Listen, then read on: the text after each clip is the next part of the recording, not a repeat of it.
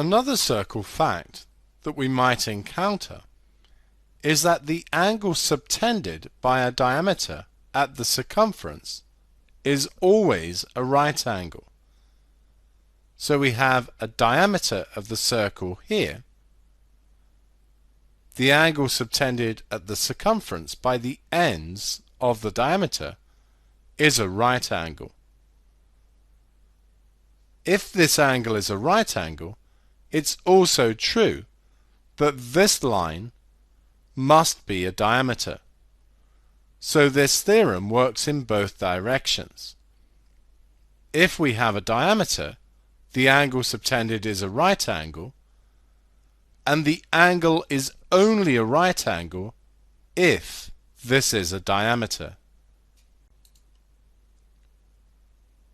We're told that the points A 1, 5, B 9, 11 and C 8, 12 all lie on the circumference of a circle.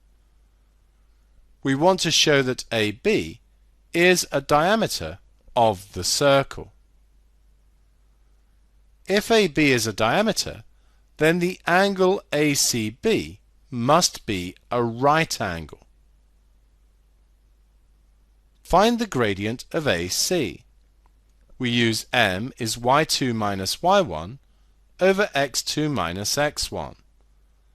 Using A and C, this is 12 minus 5 over 8 minus 1, which is 7 over 7, which is 1.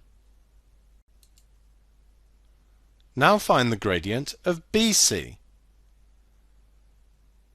Using the values for B and C, we get 12 minus 11 over 8 take away 9, which is 1 over minus 1, which is minus 1. So we have that the gradient of AC times the gradient of BC is 1 times minus 1, which is minus 1.